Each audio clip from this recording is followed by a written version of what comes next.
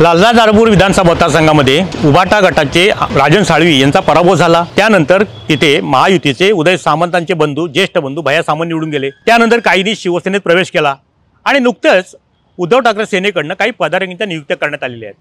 त्यामध्ये उपजिल्हा प्रमुख म्हणून त्या ठिकाणी दत्ता कदम जे जिल्हा परिषदेचे माजी बांधकाम सभापती आहेत, निष्ठावंत हाडाचे कार्यकर्ते आहेत।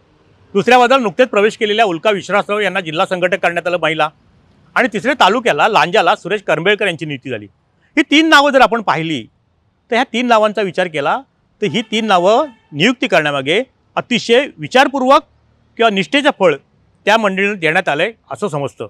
कारण राजन साळवींच्या निवडणुकीमध्ये ह्या तीन मंडळींनी मग दत्ता कदम असतील, उल्का विश्वासराव असतील जे भांबेड जिल्हा परिषद गटामध्ये काम करतात, त्या ठिकाणी पूर्वीचे मावळत्या प्रतिनिधी म्हणून जिल्हा परिषद स्वरूपा साळवी होत्या, इकडे लांजाला सुरेश करंबळे काम करतात।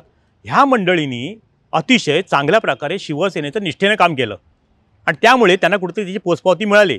पण दुसऱ्या बाजूला राजन साळवी कुठेतरी अन्य पक्षात जाण्याचा विचार करतायत, त्यामुळे ते काही मंडळींना आपल्या सोबत घेण्याचा विचार करतायत, त्यांना गाठीभेटी घेत आहेत।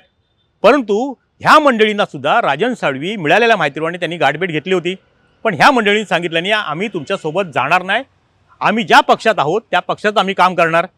त्यामुळे त्यांची ही भूमिका मातोश्रीला फार संवेदनशील वाटली असावी किंवा ही निष्ठेची मंडळी आहेत असे त्यांची समज झाली असावी आणि त्या हेतूनच ह्या तीन मंडळींना म्हणजेच दत्ता कदम, उल्का विश्वासराव आणि सुरेश करंबळे जे लांजाचे तालुकाध्यक्ष आहेत, ह्या तिन्ही मंडळींना विश्वासाने ही पदं दिली गेलेली आहेत। त्यामुळे एकंदरीत कुठेतरी विचार करता ह्या निवडीमागे सुद्धा कुठेतरी राजकारण दडलंय एवढं मात्र नक्की। टाइम डिजिटल करता किशोर मोरेसह शुभम पवार, रत्नागिरी।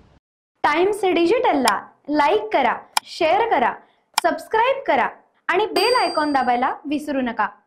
Times digital.